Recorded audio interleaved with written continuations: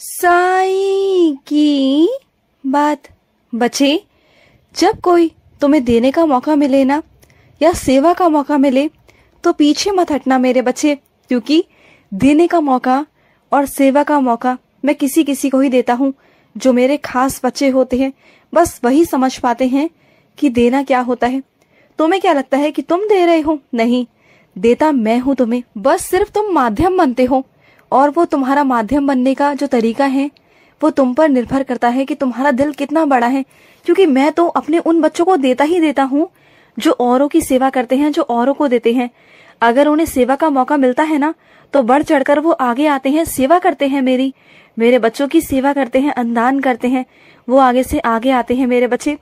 और तुम ये मत समझना कि अगर तुम दोगे तो तुम्हारे पर्स में या तुम्हारे घर में कोई कमी आ जाएगी। नहीं, बल्कि दुगना चौगना हो जाएगा।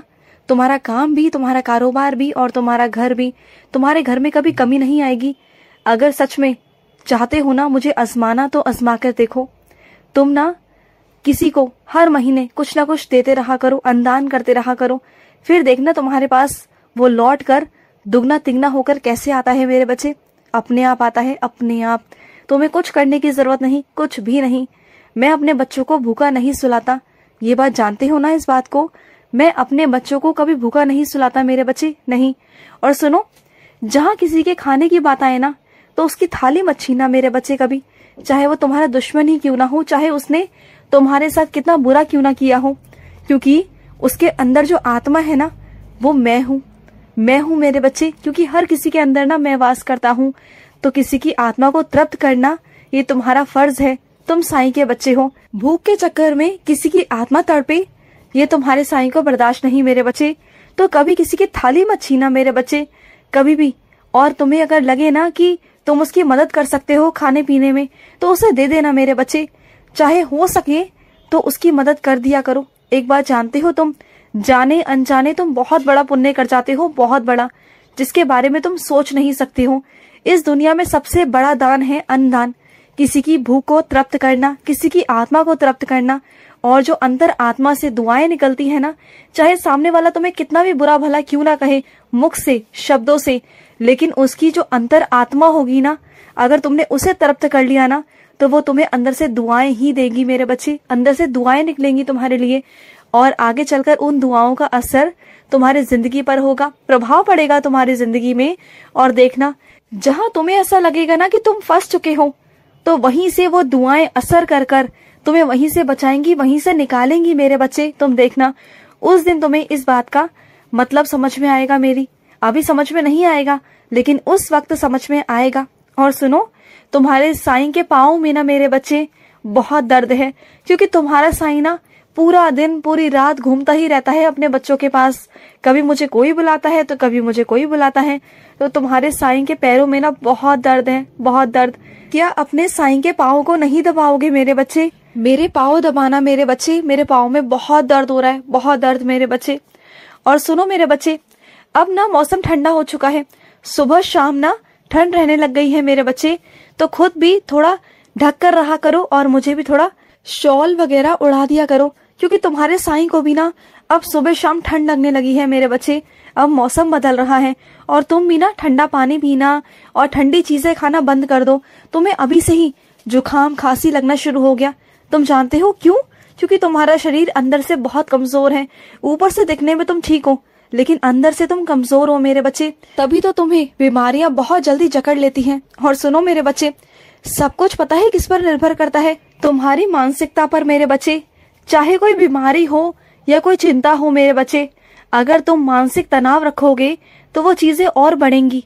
और अगर तुम मानसिक तनाव को हटा दोगे, चिंता छोड़ दोगे, और अपने साईं के भरोसे रहोगे ना, सब कुछ अपने साईं पर समर्पित कर दोगे, तो देखना, चाहे वो बीमारी हो या कोई चिंता हो, कैसे भाग जाएगी ना तुम्हारे पास से, तुम्हें पता भी नहीं चलेगा मेरे बच्चे। बस अपने मानसिक तनाव को अपने ऊपर हावी मत होने दो। तुम बहुत हावी होने देते हो उसे, और तभी वो तुम पर हावी हो जाता है मेरे बच्चे, हो जाता है।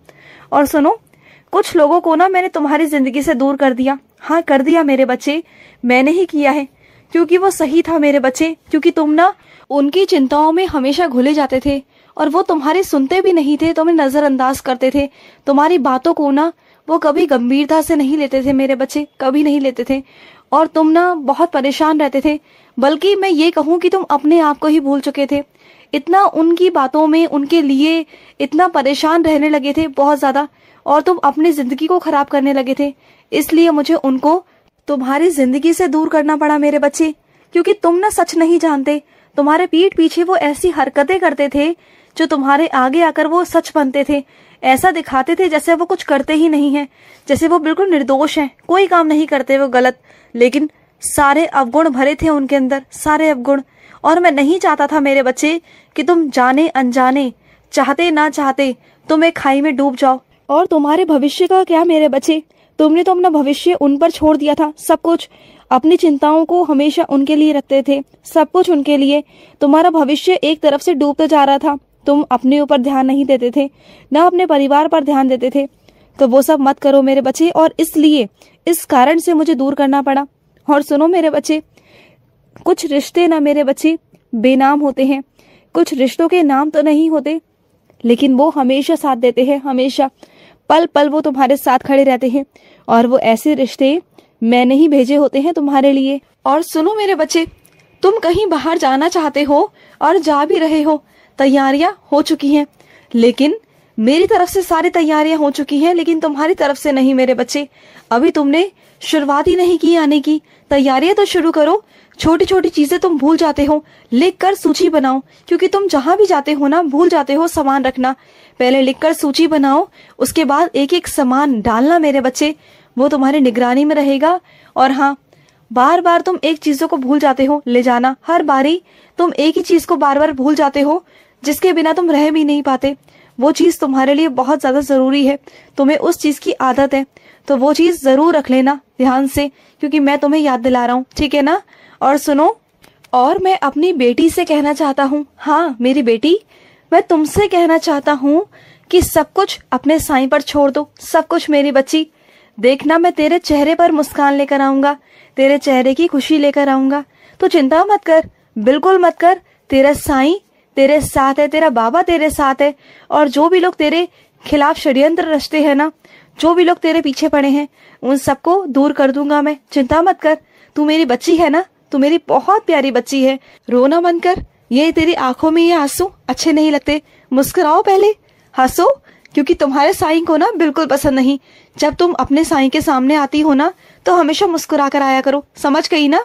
और सुनो, जो तुमने अपने कान छिदवाए थे, मुंदवाए थे ना, उन कानों में तुम हमेशा ऐसी नकली चीजें पहनते हो, जिसके कारण तुम्हारे कान में सूजन आ जाती है। तो सुनो मेरे बच्चे, नहीं ले सकते सोने का तो चांदी का पहन लो, लेकिन मत करो ऐसा, अपने कान के साथ खिलवाड़ मत करो कि आगे चल के वो पक जाए, वो तुम्हारा कान सूज जाए, उसमें खून निकलता है मेरे बच्चे।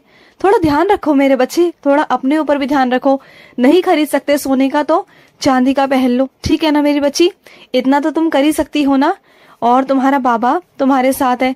और सुनो, तुम्हें जो खुशखबरी मिलनी थी वो मैं तुम्हें दे चुका हूँ, और जिसके माध्यम से वो हुआ है ना, उसको मेरे बच्चे मेरी तरफ से एक भोजन करवा देना मेरे बच्चे, एक समय का भोजन अपनी तरफ से उन्हें करवा देना मेरे बच्चे, उन्हें खुशी मिलेगी। खुश रहो मेरे बच्चे, हमेशा खुश रहो। आज का मध्याह्न साई संदेश समाप्त हुआ।